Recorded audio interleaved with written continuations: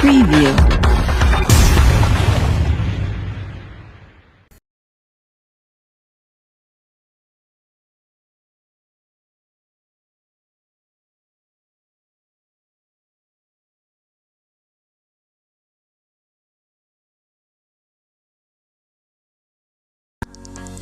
Người đi làm tim em buồn vì những tổn thương hại gieo lâu nay phát nát rồi.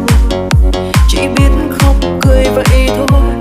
Nếu anh là em muốn kết thúc nhưng anh phải đau ngàn lần. Anh đi vào sâu tim em, giết chết yêu thương ở đây sẽ còn mãi đời này. Hình dung một người thay đổi, anh yêu vội thế, cứ thích mang lời trêu đùa, chẳng biết đâu thật tâm là ngọt ngào hay lừa dối. Đến bây giờ sau cơn mê em mới thấu ra trong tim anh lâu nay chỉ toàn dối gian. Đêm nay bật khóc biết cho điều người sai lầm, đánh mất đi bản thân vì nhiều điều anh từng nói.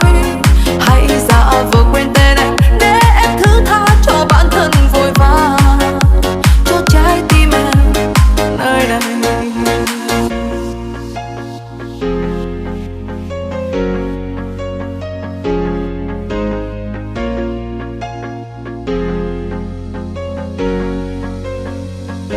Anh yêu vội thế, cứ thích buông lời trêu đùa, chẳng biết đâu thật tâm là ngọt ngào hay lừa dối. Đến bây giờ sau cơn mê em mới thấu ra trong tim anh luôn toàn dối gian.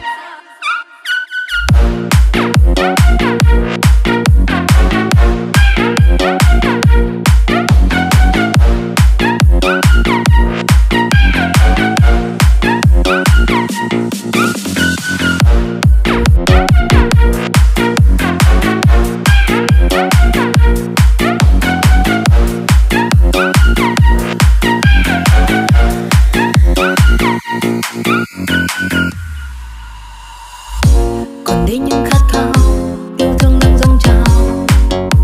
Ngày hôm nay em đừng quên phải cố gắng bước qua, chẳng thể nói thứ tha. Người đi làm tim em